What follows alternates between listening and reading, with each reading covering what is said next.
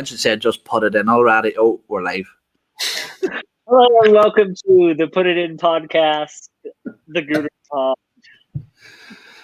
This is a new dynamic we have here. We actually have the founding and new member all together alone for probably the first time ever. I mean, maybe we had you on as a guest before you were official, but this is by choice a three-way. And It is. A menage a trois.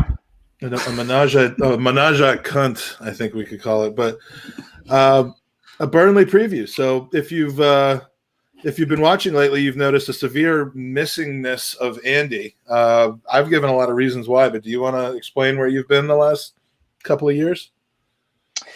Yeah, trying to fight this goddamn COVID battle. So it makes it seem like you've had it though, which you haven't. No. Working on the side of science to fight it.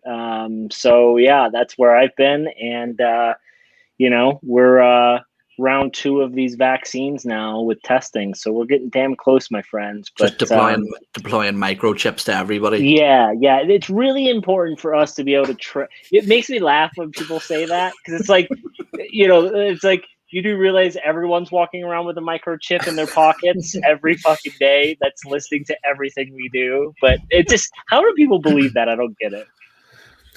So what we now know is from the earlier podcast today, I'm actually a very serious interviewer in the style of David Attenborough and a financial wizard. Andy is a scientist, a physician, and he's basically an astrophysicist and a lover. Owen, what do you do? I'm still wondering why I'm in this position. You just asked me to do that, and I literally don't know what to bring to the table. Someone's got to be the foundation of this shit show, and we chose you. Exactly. Someone's got to ask all the questions, as we talked about on Wednesday night, asking the questions. As Divian, who's in the chat, who's been just a fantastically loyal user of the podcast recently. Cheeky Shambles taking a piss in the onion bag. So that was like an entire quarter of our bracket on Wednesday night. Before we get into Burnley, the podcasts we've been doing lately are worth taking a look at, I think, mostly because they don't involve these two. But in general, we've been on fire this week. Monday, a chat about the Leicester game, and also kind of a general chat about civility in the fan base, which led to a podcast on Tuesday with some dork who has a YouTube channel who kind of came in our show, pissed all over our chat, and ultimately, to his credit, accepted a invite / challenge to explain himself, explain his business plan, and contradict himself constantly. There was no contradiction within his answers whatsoever. Yeah, it's 80 minutes of me trying to get Lee Gunner to understand what I was asking him, and not really happening very much. I actually say not to rattle on about him, because he's a waste of oxygen in my book, and that's my opinion, not the opinion of the Gooners podcast. No, it actually is. I seen a guy. So he claimed that he was making 400 quid a week in school by selling cans of Coke and stuff, and there was a dude went and actually mathematically broke down at the time how much a can of Coke could cost, and he was shifting over like 2,000 units a week. It was like baller. Dude, I was telling Mike a little while ago, and by the way, last week when the three of us had a powwow on like putting more content out, I didn't know that Mike was going to take that literal to 2 podcasts a day. He's literally took off one. I am so lonely, you have no idea. I just saw your son hang out with him more. Oh yeah, that's true. That's a good point. Yeah. Ian, I told him that I'm going to call you Ian now because Mike put it in the chat. Yeah, Ian, he says the other reason you're here is because you have an accent. I had to give up listening after I heard the 15 hours talk of not getting a sandwich because how hard it is to be a YouTuber. I'm thinking, but no, this is I'm not ridiculous. sure he understands the actual science behind like the decomposition of food over time. Either that, he said it got COVID. I believe he said. Yeah, grew COVID. I will say this, right? Like, I listened to the majority of the pod. I never personally had an issue with Lee. He had a problem with me still got pissed off at me because I hung out with Mike. So I'm like, so wait, I'm going to break up my relationship with a guy that I've known for 18 years because I met you like once and we've been on a bunch of pods. Like, that's not happening, blah. And so I've never, listen, the guy graphs. That's the most supportive thing you've ever done towards me in your life. Right. I appreciate that. This was all like via Instagram too. I'm like, dude, I'm mid 30-year-old, like not getting into a battle with you over who I'm friends with. But listen, opinions or not, like a lot of the times I do agree with what the guy says. He works hard at it, but don't fucking cry over like not being able to eat a sandwich. Like anyone that gets into his position has worked hard to get there. I'm sure that the children over in Ethiopia were watching that podcast thinking, God love that dude. He's grafting so hard. I mean, the funny thing about it was, I never asked him how hard. Well, I complimented him on the fact that I know that it actually takes a lot of work to do podcasts like that. I mean, I didn't, I tried to be as fair as I possibly could, and I'm like, it isn't just you turn it on and money starts pouring in. You do have to work towards it. A lot of the work you do is off camera, and I get that, but don't like unsolicited start whining that people don't, like that. And you're going to complain that 15 hours a day was spent podcasting. You must have been exhausted, and I feel terrible that you didn't eat. I mean, that was. I just listen to the 80 minutes. This is where don't come in with any preconceived notions. Just listen to the 80 minutes, and the more he talks, the more he looks like. This is where I have a lot of admiration for Claude, because Claude does it right and just eats during the podcast, which is the professional way to do it. But I think as Mike said, and the one time I saw him eating, he was actually eating soup. Yeah, exactly. He's got the reminder. We share calendars. Anyway, the reminder goes off every time he starts a pod. All right, yeah. You know what? Mike Hurst has got a good point. Let's get on with the football. Yeah. Let's talk about Burnley, boys, because the last time we played Burnley went so smooth.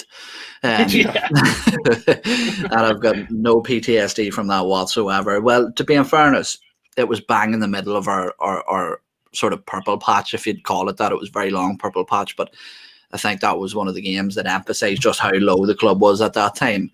But Andy, I was thinking about this earlier, and it was that even 5 years ago, you go back, and I remember looking at teams like Burnley, and you almost just got guaranteed 3 points. Can I interrupt you for just a quick second? Drago, my sandwich is that what I believe he's talking about? It's the most overrated fucking TV show in history, except for Jennifer Aniston. Yeah. Anyway, yeah. I was thinking about. Yeah, you did. But I was thinking about those teams, your Burnleys and your Brightons and whoever. And I remember looking at them as almost guaranteed 3 points. But I don't get that with any team in the Premier League now. Do you think it's more of a case that the quality within the league is more spread out and the standard is better, or do you think it's all down to the sort of gradual demise of Arsenal? I think it's a combination of both. I think that, the Messi to City rumors last summer were so intriguing because we wanted to see what he could do away at a Burnley on the Wednesday night. I have a predictor.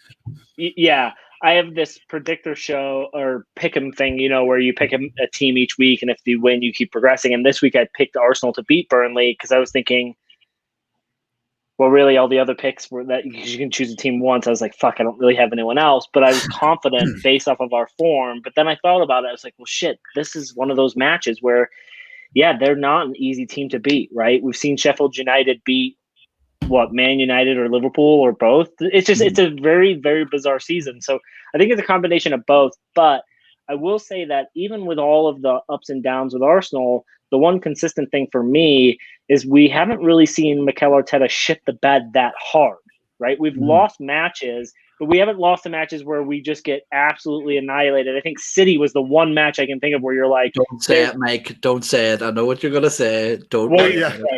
I'm going to say it. Our losses have been better losses.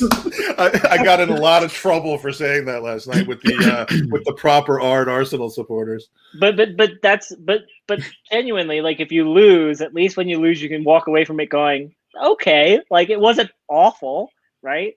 So I don't know. It's got to be a combination of both. Mm-hmm. I think that's the biggest bed shitting that we did this season. Yeah.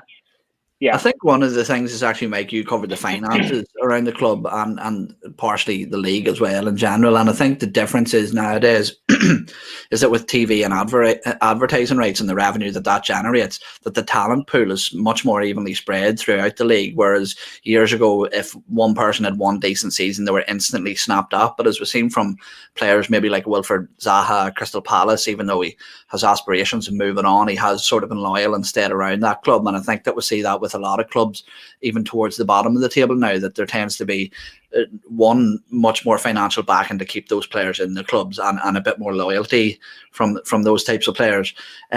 But speaking of loyalty to players, Mike, Willian, someone that Mikel Arteta has been criticised on numerous occasions for showing a bit too much loyalty to him, but I would say he was okay against Benfica in his cameo appearance, and he was very good against Leicester. And I know we're going to go into the starting 11 in more detail later, but with Willian, do you think that, I'm seeing a lot of people saying that Willian has to start in this game. Do you think that Willian deserves to start after one performance, or do you think that standard should really be to show more on a consistent basis before you get a start like that?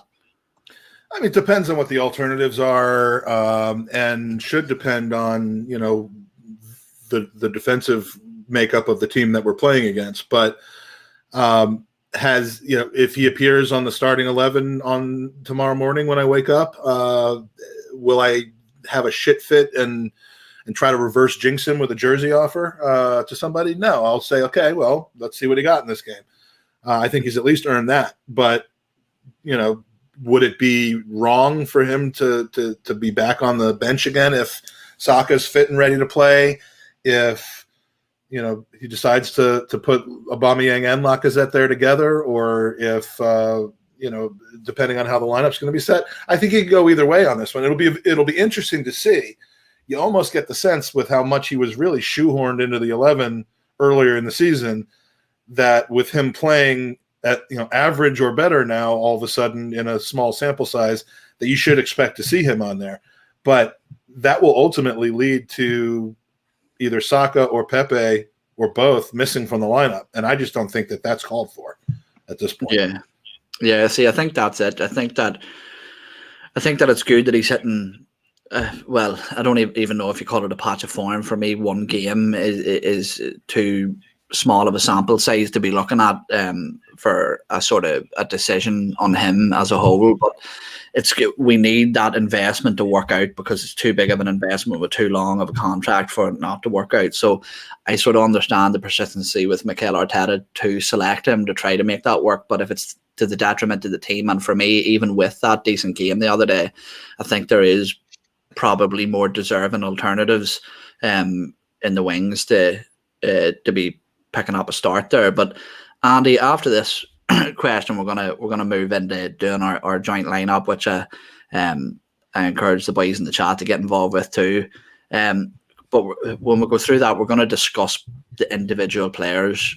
But so without diving too deep into actual names here, but with Olympiacos coming on Thursday and then the North London derby on the Sunday, do you think that Mikel Arteta should be looking at this game as a chance to give maybe the sort of second string team a run out and rest those big players for those sort of two massive games in quite a small space of time?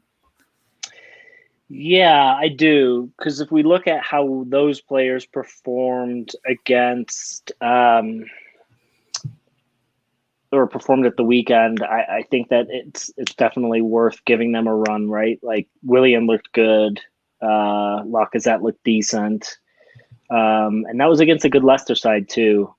So I think you can do a mixture, right? Mm-hmm. The problem with them is we haven't seen enough. Our first 11 is great, but I think there is something to be said about resting players too much, right? Like a lot of injuries come because they get 10 days out, mm-hmm. and since they didn't play against Leicester, and we didn't have a midweek fixture, I think getting a run out. So I would actually look at it and do a healthy mixture of the two, and allow like Saka and ML Smith Rowe to maybe get a run out. I mean, they're young, right? So they're going to. Smith Rowe's not getting a run out for how long is he out for? Then he's Well, he's being assessed. He's being assessed.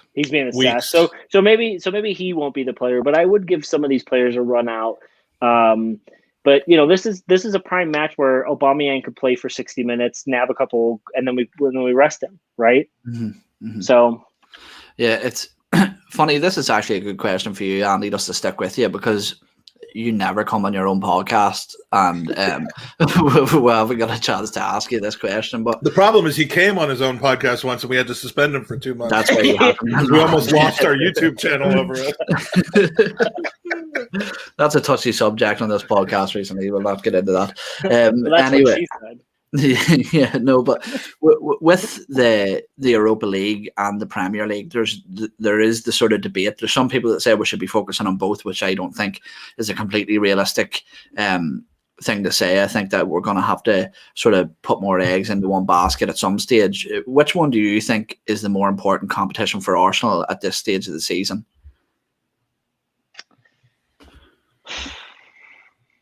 It's got to be Europa, right? We're just too far off of fourth place, and there's too many variables with clubs. Like everyone thinks, oh, hey, West Ham are gonna fold it in. Well, clearly they're not. So for me, it's got to be the Europa League for not only just the trophy, but also that Champions League spot. I don't think we're gonna win it, and I think we'll finish around 8th or 10th, depending on where we fall in the league. But you would have to put all your eggs in that basket. Mm-hmm. Mm-hmm. And if you don't think you can get fourth through the table, and I'm not convinced. I think you can get 5th or 6th in the table. 4th is probably out of the question at this point. There's not much of a difference. There's not much of a difference between 4th and 5th. I think if you say 5th is possible, 4th is possible for me. It's whether it's probable is the other thing, which I don't think it is. To be completely honest with you, I mean, I think we probably have a good run in the league ahead of us. But after the podcast that I did today on finances, you see those numbers and you see the impact of Europe on those numbers and how important, just how massively important the Champions League is over even Europa League. Not that important because the money for Europa League final is not even what you get for getting into the Champions League round of 16. But the decrease in our TV contract, which is directly as a result of not going as far in Europe and not being as high in the league, didn't even take into consideration the 8th place finish and the round of 32 exit. It was taking into consideration a 5th place finish in a Europa League final. So things are about to get really bad financially because of these failures. And for that reason, I actually finally I'm off the fence on this, and I do think you have to put all your eggs in the Europa League basket. But it is going to be hard to win. So I wouldn't. It's devastating to the progress of what the club can actually do within the transfer market over a number of seasons. If we I remember everybody saying, "Oh, we could do with a season outside of the Champions League," which look we've seen with Chelsea and stuff. Sometimes that does work, but when it turns into multiple seasons, it just gets catastrophic. For the club into where they can actually go and who they actually can compete with. And it's going to take, I think, either some heavy investment from the owners or a real stroke of dumb luck to get back into those Champions League places next season. So 10 points. You're right about the 4th versus the 6th. There is no difference now. There probably will be by the end of the season. But it's 10 points, and we play a lot of. We play Tottenham, we play Liverpool, we play West Ham, we play Everton. Well, I actually think I've got a question funny about this here later on, and I think it would actually be constructive to pull this back up when I ask that question, and we can sort of discuss what the possibilities are for the remainder of the season. But Mike, do you want to pull up the team sheet creator, and we'll start to rattle through this and discuss who and why we think they should be in the starting 11 this weekend. You got it. And I'm just going to start off by saying that the default here that's showing was my predicted lineup for the game before Leicester City. I forget which one that was, but Benfica. Benfica, maybe the Benfica game. So we'll replace this as we go through, but I'd rather do that than start from scratch because I can only do so many things at once. So, So see that this is an interesting one. Okay, the goalkeeping situation, Andy. I understand that goalkeeping isn't the most physically straining position on the pitch, and you understand that more so than anybody. But do you think it is when you're facing penalties from the likes of me? You could actually hurt your knee doing that. Do you think that we're underutilizing a keeper of Matt Ryan's standard, or do you think that we're right to just constantly proceed with Bernd Leno?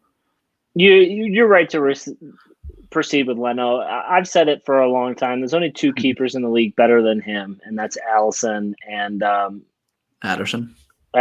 And so for me, that's not even the case on current form. Right. And so it's probably Ederson and Emmy at this point on current form, if you want to argue that.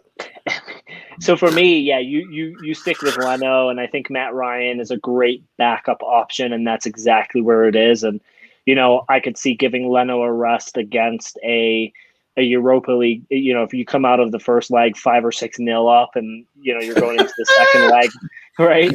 But Matt Ryan just joined the club at the wrong time because he would have gotten a lot of run out earlier in the season. He would have been our cup keeper for sure. Absolutely. And you know what? Like, he's living a dream because he's an Arsenal supporter, and I think we could probably buy him this summer if we wanted. But you stick with Leno. He is just out and out. Yeah, he will be on a free. And the thing to remember as well is that he went from being essentially at the time he left the club, he was essentially third choice keeper at Brighton for whatever reason. I'm not sure whether it was the contract issue or put him in that position. But as you said, I genuinely think that he will be with Arsenal next season. Yeah, but I think, can we all agree that Bernd Leno probably starts in goal? I think there's probably not too much point. Every game he's healthy from this point out, he should be playing. There's no reason to introduce a level of less experience, less communication between the back four and the keeper. There are no more games like sorry, Eoin, but there's no more games like a dead rubber against Dundalk that are left. Had to go. I could have chosen one of the other two teams like Mulder, but I decided to really just twist the knife into you. But there are no more dead rubbers, not in the Europa League, unless you get that 5-0 win in the first half type of thing. And there's no more in the Premier League. So unless we're just out of the Europa League and in 10th place in the league with 2 weeks left, and you want to give an early bath to Leno and let Ryan start those last 2 games, then fine. But I don't anticipate us being in that situation. So yeah, and can I just reiterate to everybody in the chat that's maybe even just joined us that this isn't the team. This was just a sort of a historical one that was selected. So we've just picked Leno as the goalkeeper, and we're going to start moving up the pitch now. So Mike, right back is a very debated position at the minute. Who are you going to go for in right back? I've got to see Cedric play. Cedric is entertaining. He's the entertainer, and he seems to pair better with whoever's in front of him. So, the problem with having these players in here is that if I erase them so that people don't think that that's who I'm suggesting, I won't remember where to plug them back in again. So anyway, I at this point it's going to be interesting because Cedric obviously played on the right in the Leicester game to great effect. He had Pepe playing in front of him to very good effect, which I think has a lot to do with playing in front of Cedric. But we don't really know whether his selection of Cedric in that game was rotation or preference. Mm-hmm. We just don't know which one of them it was. I think we find that out tomorrow.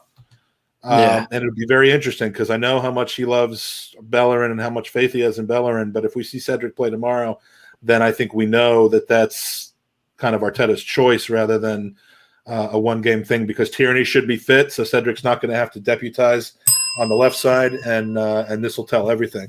I'm putting him here temporarily, but what are we doing? A combined 11 as to we're voting on this? Combined, we'll vote on it. Yeah, obviously, if there's a majority vote, But in the right back position, I agree with you. I'd be starting Cedric, and I think that we would have seen Cedric in that right back position much earlier if it wasn't for the injury to Kieran Tierney and him being ruled out. I think it was just a case of options being limited. And let's just be honest. I know I've made some funny jokes and funny remarks, and I don't think that lowly of Hector Bellerin as a footballer as a whole, but on current form, he's just been a disaster lately. And I think it's important after that Leicester win to be picking up points in a convincing manner here, and I just don't trust Hector Bellerin to be safe enough to provide cover to withstand that physicality from Burnley. They're a very, very direct team. So yeah, I'm gonna go with Cedric too. What about yourself, Andy? I'm fine with either or, right? Cedric has shown this season that he's played really well. I'm not anti-Bellerin like everyone else. I don't see it defensively. He's been good. Going forward, he's been a little bit of a bother, but again, that's not really his job. But so I'm fine either or. I think for sake of rotation, I would rather put Bellerin in the Europa League match because we're going to need speed, and I think he's just quicker on the transitions than Cedric. And Burnley would be a good match for him to come in and probably be able to pepper on that side. So I actually think, Bellerin to play on Thursday and make sure that Pepe's on the left side for that game if he plays and Saka on the right. That I wouldn't be devastated to see that. I don't think Bellerin's useless. I don't trust him as much. And frankly, I think Burnley is a harder game than Olympiacos.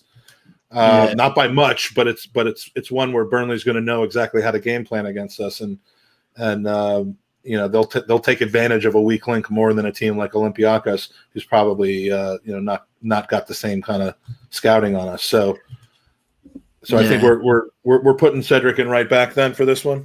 Yeah, and I think that Don One said is Kieran Tierney 100% injury free, and somebody else put in. Let's see there. Daniel Robert put Cedric posted a picture on Insta, which looks like he's playing, but he's pictured with Xhaka, so maybe Tierney gets a rest. On the injury update on Arsenal's Twitter page earlier, the only two players that featured on it were Emile Smith-Rowe, and it said that he would be assessed before this game, that it's not a serious injury, and Alex Runnerson. Which doesn't really matter. So they were the only two that featured within that. So I'd imagine that Kieran Tierney is 100% fit and available for selection. But having come back and played so many minutes, I don't think was really expected. But he certainly appears to have come through it okay. So again, that's if he's a player to rotate. That's the player, right? Yeah. Where it's like Tierney for me would be that player. Then you'd shift him over if needed. But Tierney will go to left back. Okay, so we'll just jump over to left back. So Kieran Tierney, to me, when you're talking about his injuries, I actually think that with the lack of preseason he had, with the type of injury that he was recovering from when he initially came to the club, and there's a lot of problems after that. You always hear when you have a big injury or a surgery like that, you often get compensatory injuries because you're moving, even subconsciously, you move slightly different, and it puts strain maybe in the likes of your calf or your groin or whatever. And all these minor sort of setbacks that he's been getting throughout the season, I really do think that a lot of them are precautionary. That he's even any sort of mild tightness within his muscles or anything, I think they're taking him out for a week or so just to prevent any sort of major injury. So for me, Kieran Tierney goes straight in. I don't think there's any argument from anybody. For me, actually, in my opinion, he's the first name on the team sheet over anybody. So yeah, he's maybe one of two people that if they're fit enough to start, there's no question that they have to play. Mm-hmm. And the other one is our number 6 who wears number 18, but we'll get to that in a minute. Made a change to the lineup just to see if anyone would notice. Put Emi Martinez in. Funny thing is, I'm the wrong keeper, man. I'm completely with you, Andy. I love the Emi Martinez narrative, but we did not sell the wrong keper. No. Well, I remember the guy who told me we did, and then I just fucking dropped knowledge on him about how Leno was better for 3 seasons, and then his response was okay. I remember at the time I was arguing with you over this here. And to be honest with you, let's not get into it too much, but I think that either one, if we had sold either keeper, would have been fine. I think that with two very, very good keepers, but let's not get into it. Anyway, Andy, Kieran Tierney, left back. Yeah, again, if he's healthy, this would be the match that I would rest him, just because we do have to put our eggs in one basket. But again, the sports science behind it, is it better for him to get a run out and actually get 90 minutes under his belt before going hard? So I would say, like, yeah, I'm cool with it. Yeah, I mean, there are 5 full days after this one before Olympiacos, and there are 6 full days from our last game to now. You know, when we talk about this compared to, and I know the game's changed, but I mean, when you think about, 1970s and 80s where there was one substitute and in very little rotation amongst the starting 11s, and were they playing twice every week? No, but 5 or 6 days in between games should be enough. It's when there's 3 days. Sports science is completely different nowadays too. It is. But when there's 3 days in between games, when you go Thursday, Sunday, or hopefully in the future Wednesday, Saturday, or Saturday, Tuesday, that's a different situation. But for me, I think if Tierney's fit enough to play, look, it'd be great to put him in for 45, 50, 60, 65 minutes, be ahead, switch Saka back to left back, or if we have to bring Bellerin in and switch Cedric, that would be a nice luxury to have. But we can't afford to drop points here. And we can't afford to drop 3 points because we get cheeky with our left back situation. So I would say Tierney needs to play, and hopefully we'd be in an opportunity to allow it to be less than 90 minutes. Yeah, 60 minutes even would be fine, I think. Moving into the left back position, the left centre back position, Andy. Who are you going to go for there? I think this is the one where there could be a little bit of debate over these two positions. I stick with Holding. I think he's been absolutely superb all season. Holding won't play in the left center back position. Well, sorry, you said left. Sorry. Go right. Anyway. I would say for me the partnership has got to be Gabriel and Holding. But again, if you're going to move things around, Mari hasn't really stepped wrong either. And let's be fair. David Luiz has been pretty decent the last couple of weeks too, so I don't know that we could go wrong here. Well, this is that's actually my argument, and I think you covered yourself quite well, as I don't think you could go too wrong. But in terms of current form, I think that the pairing at the back has to be Pablo Mari and David Luiz.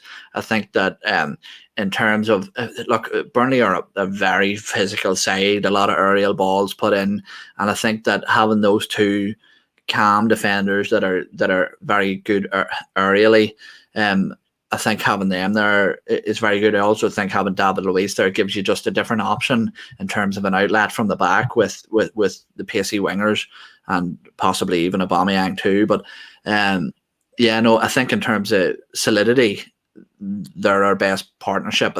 Rob Holding for me has been shaky of late.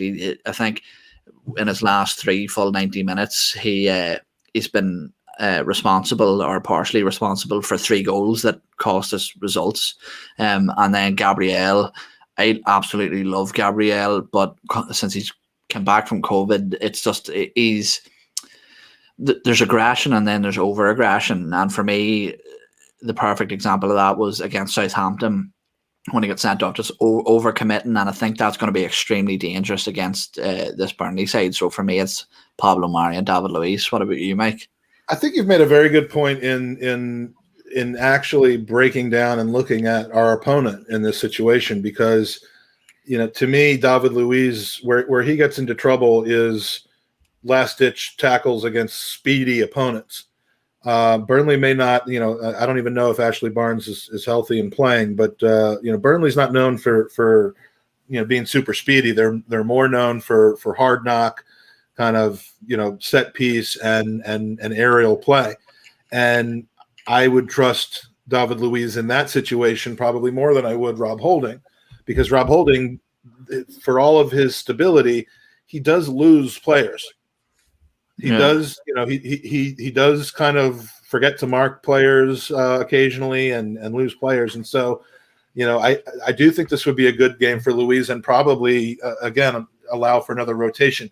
We've seen kind of these hockey lines almost in the center of our defense, where it's been the Brazilians, it's been Gabriel playing next to Luiz, and it's been Mari playing next to Holding, with very little, although I do think against Leicester we switched them up a little bit, but with very little differentiation between the two. Mari Luiz is what we saw against Leicester, is that right? Mm-hmm. Yeah, Mari and Luiz. Yeah, I thought they were both very good. And I would tend to actually favor that partnership for this one. I think and then possibly switching to Gabriel and Holding, or even Gabriel and Luiz for the Olympiacos match. But since we're talking about Burnley, I like the Mari Luiz combination for their stability in the air. Especially against these two, as Daniel Robert points out, Vidra and Wood up top for them. That's an extremely physical strike partnership. And then is it Samir says Luis and Mari let Talisman walk through. Whoever's playing, let's just hope we don't concede. And I think we start so slowly, man. That's when we're at our most vulnerable, and it's so annoying because I don't know whether it's an under aggressive warm up or a per team talk or whatever it is, but we just don't start well. And people keep saying, "Oh, well, at least we grow into games." But for me, that's not an excuse. You have to be starting with that intensity from the first whistle. You can't grow into every game. You're gonna get. It's not something we're known for. We pulled it off in the last one, but and Mari Luiz, yes, the two of them were partially responsible, along with Granit Xhaka, along with El Neni, along with Tierney, and along with Leno for that first goal.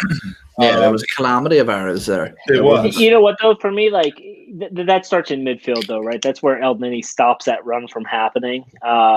Especially when you've got, or even better, Xhaka doesn't give away a sloppy pass. That's cut it out at the source. And speaking of the source on midfield, we'll jump in. Andy, we'll go with right-sided centre midfield in that number 6 position there on screen. For fuck's sake, I just looked it up. It's another fucking 5 a.m. kickoff. It's 5:30, isn't it, for you? 7:30? That still doesn't matter. There's still a 5 that extra half an hour, my friend. More time to drink. I'm gonna say I want to see Party get a run out again. I think we need to get some of these guys their legs moving before Thursday. We play Thursday, right? This week it's a midweek game. Olympiacos, yeah. So I would get Party out because I think there's almost a damn near week for him to rest. And then I would partner him with Xhaka. So Andy, just taking a step back, it's a 5 a.m. game. So if you make a sandwich at 4:30 and you don't have it until after all the games are over at like noon for you, will you? I won't eat until midnight the next day. Yeah.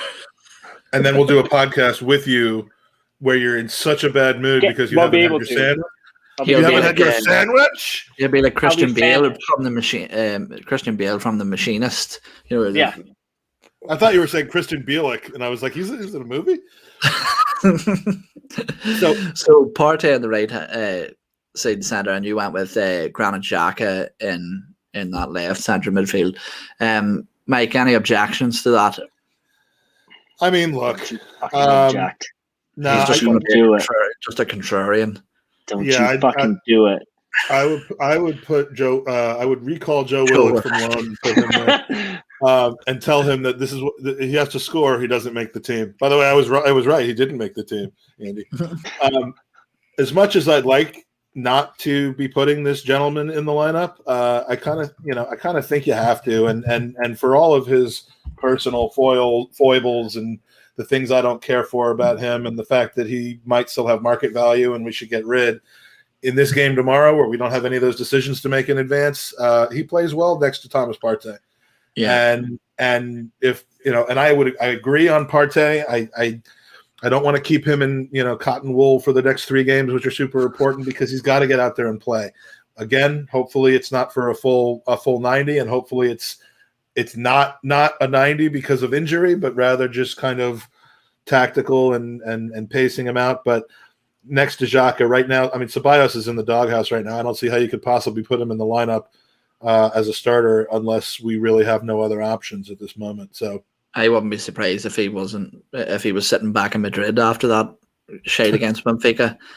Yeah, it's wild, man. But I just don't get why people rate him.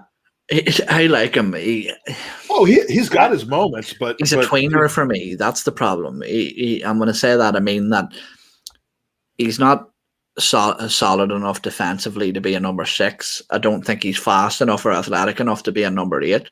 I don't think he's creative enough to be a number 10. Very much like Matteo Guendouzi, in that sense, is that he just doesn't. He doesn't have the characteristics to really nail on one solid position in the midfield. You know, one role. He's decent at everything, but not spectacular at anything in particular, I don't think. So he's a weird one for me. But with the Granit Xhaka one, it's a funny one because I would have agreed with you, Mike, and I don't look, like I said to you the other day in the WhatsApp thing, I generally dislike most people and most things in life. And Granit Xhaka, we get along so well. Yeah, I know, I fucking hate everything, man. But Granit Xhaka was definitely one of those things. But I watched the interview he one done. Of those things. One of them shits that I can't stand that much. Yeah.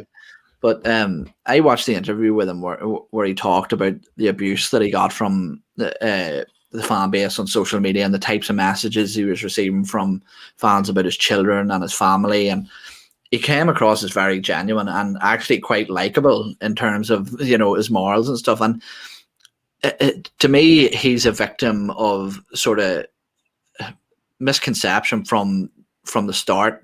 We thought we were getting a solid defensive midfielder, and that's not what he is or ever has been. He isn't that. And for me, he's been a big victim of that. And I think, like you said, when Thomas Partey is there, he just looks a completely different player, you know. And I think his mistakes are highlighted as well because of the characteristics that he displays. You know, when you look around the rest of the Premier League, I think the majority of players probably make almost as many mistakes as Granit Xhaka, but he just gets highlighted too much for it. And I'm not saying that he's going to drag us to a fucking Premier League title or anything like that there, but I think maybe we overlook how much he does add to the team. You know, like for me, he's our Jordan Henderson. That's what he is. You know, when you see the statistics about our win ratio when he's on the pitch versus when he's off the pitch, it's massive. So I agree. You know, my issues with Xhaka have never been tactical or performance wise. I mean, trust me, there have been very poor spells for him on the pitch, but there's also been very positive spells on the pitch. But the reason that I would be happy to see him sold are I would rather see somebody in the mold of Basuma next to him. B, me not liking him doesn't necessarily mean I don't sympathize with him, and the abuse that he's received is inexcusable. It just is. I just have a standard that I think people should. I don't like how he goes after people, even though people have gone after him. I think it's not an even simpatico type of relationship, and I don't like the way that he seems to take. When he does well, he claps back, and clearly his players like him, his teammates like him. I do think he's kind of been misunderstood, and from everything I've heard from people that have actually spoken to him in person, there's some bald gentleman that he didn't know. He didn't like you, did he? He did not like me. He did not like me.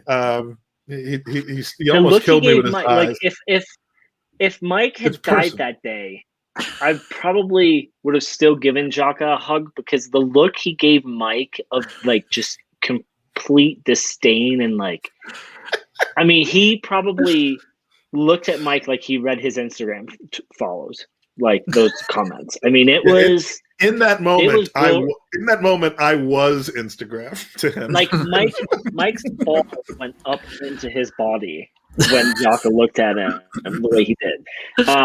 Listen, do you remember when I slunk back to my chair? Do you remember the amount of fluid coming out of my body in the form of sweat? I do. Listen, Owen, you said it best, right? Xhaka was sold as a defensive mid. He was never a defensive mid. Xhaka has always played his best matches for Arsenal, Switzerland, when he has an out-and-out defensive midfielder between him and the defense. He isn't rushed to make decisions, and every time he makes a rash decision, it's because he's in a position of defense where he shouldn't be, and he's forced to do something he shouldn't do. He's a more comfortable player with Partey, and there's a reason why a lot of managers have put him on the team sheet before anyone else, and that's because how he is with the team, how he is in training.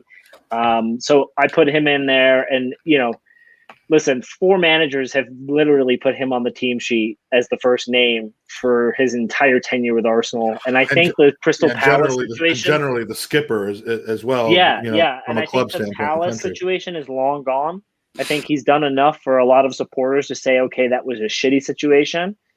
He's probably still building that rapport back with people like Mike, who just have hate in their heart. But ultimately, I don't know, Owen and I. But then he went and did it again with his comments after that free kick goal that he had after his red card. I mean, to me, for this game, you play him. He's the best option to play next to Partey, and I back him to have a good game.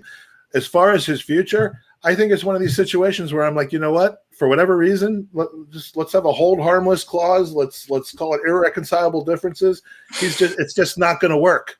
And we want, we'd love you to have a great career back in, Germany or wherever you want to go, and we'll move on. Because when fans start coming back in the stadium, I do think there are a lot more people with hate in their hearts than just me, Andy. And but like this comment, right? It's a good comment. Like Xhaka was trying to fill Cazorla's shoes, not Xhaka himself, right? The expectation of him, exactly. And then Aston wrote, Xhaka is definitely decent, but we need much better. Absolutely. But Xhaka does a lot more off the pitch than he does on in some respects, right? So Xhaka is a great player to have at the club. We've got to get away from this mindset of like I keep saying it with El Nini. Everyone's like, well, we're going to sell El Nini in the summer. It's like, yeah, but who else are you going to bring in that has the quality to step in on these smaller matches that makes limited amount per week, right? He makes like 30 or 40,000 a week and is happy doing that, right? Like to replace a player of Xhaka's quality, we're going to have to spend 50 or 60 million pounds. We don't have that. So we got to be like realistic. You know what I mean?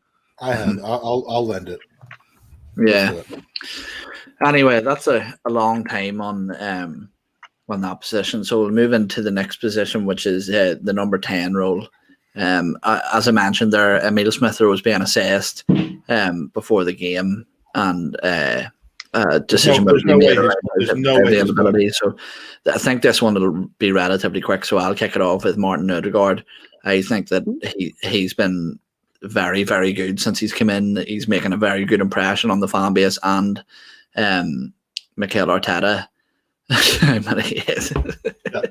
mean, I don't think I think that is actually tomorrow. That's the first name on the team sheet, not because he might be the most important player, but I think it's the most obvious of any selection tomorrow is going to be Ødegaard in that hole.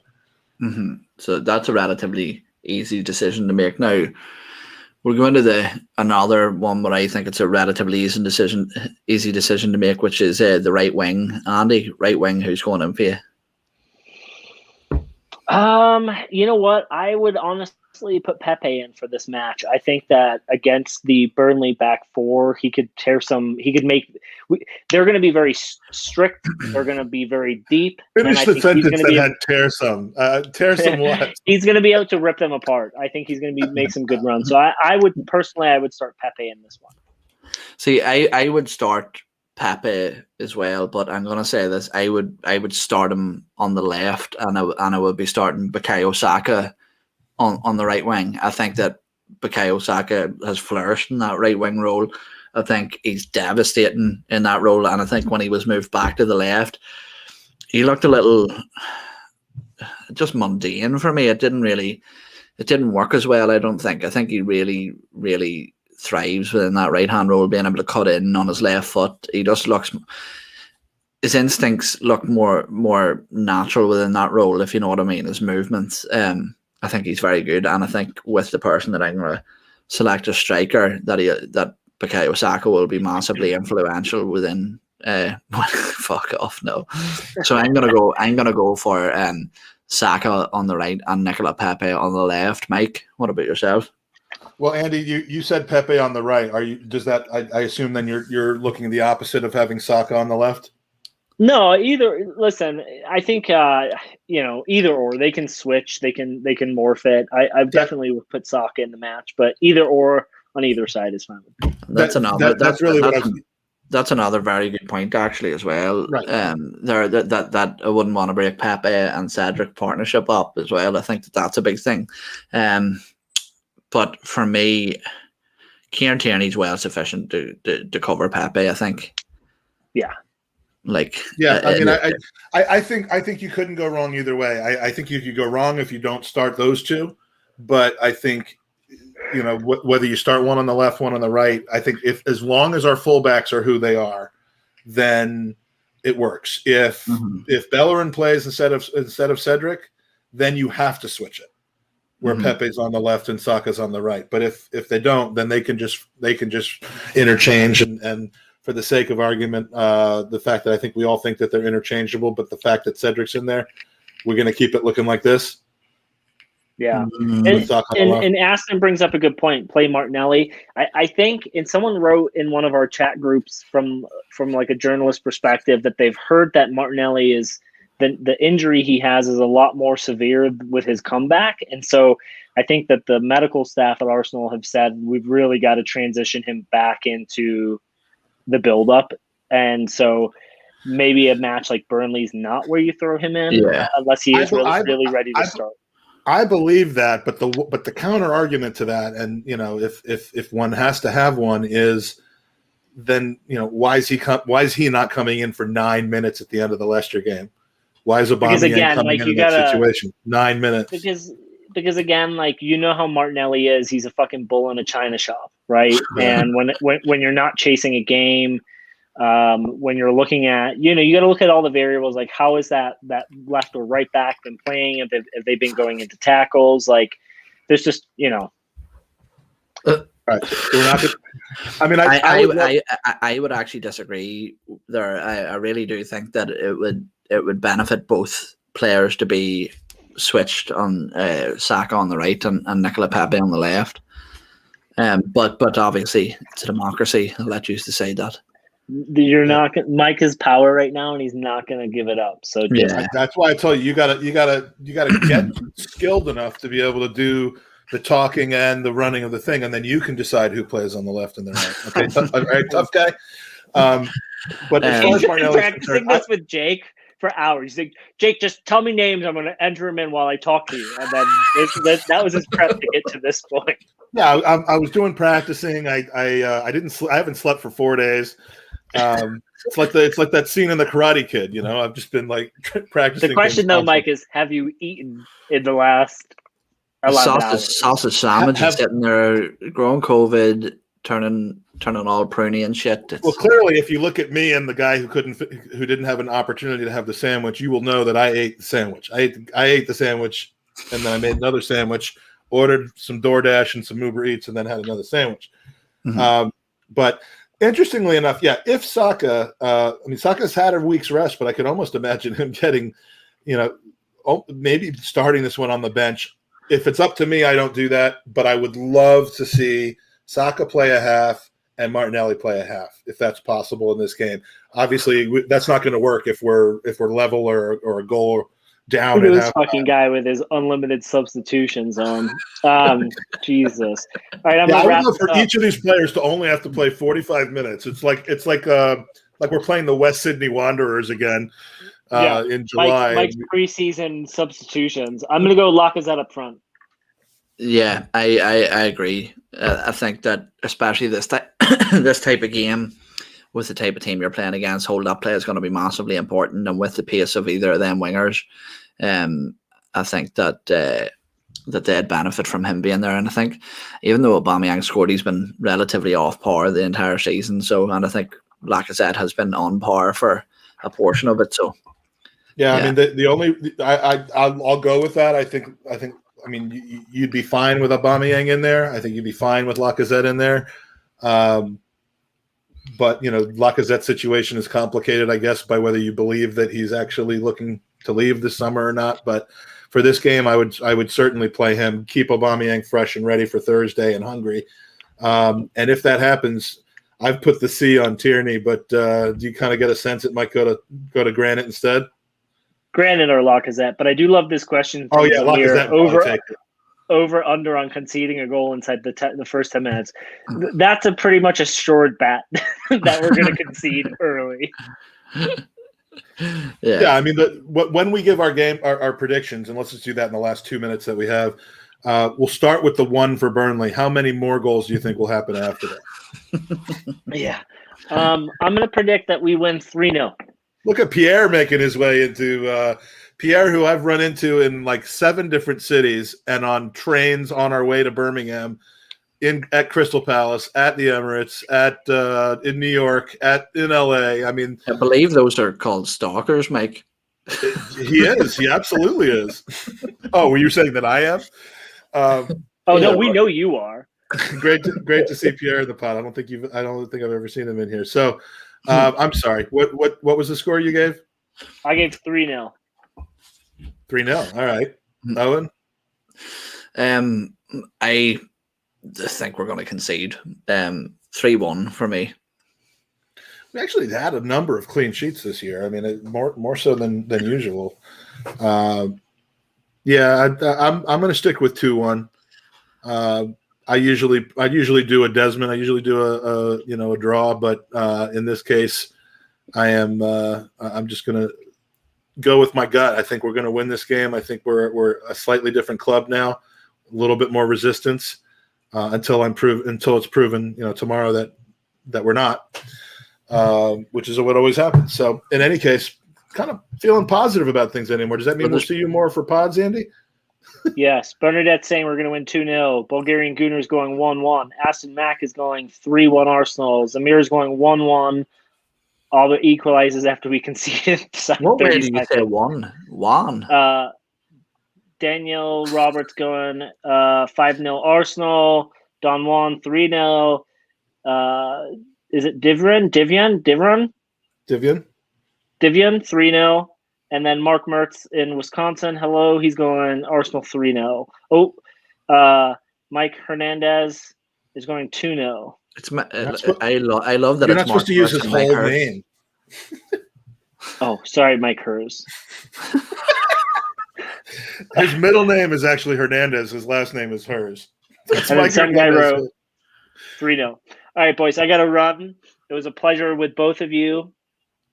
You're looking trim. You're looking fit. We're gonna wrap anyway. So yeah. So stick on so that so that you look like you're still our friend. Yeah. And this has been the Gooners Podcast. Let's beat Burnley tomorrow. Let's get this done, and then we've got 3 massive games to talk about. Stay tuned for our upcoming schedule, where I appear on 18 hours out of your day for the next 8 days of your lives. Got some interesting pods planned for next week, and we'll talk more about them. Owen, have a wonderful weekend. Thanks. Mike Hertz is a fake Guatemalan. He is. We will get that in. All right, I got to run. I'll see you boys. All right, Andy. Take care. Love you. Bye. Come on, you Gooners.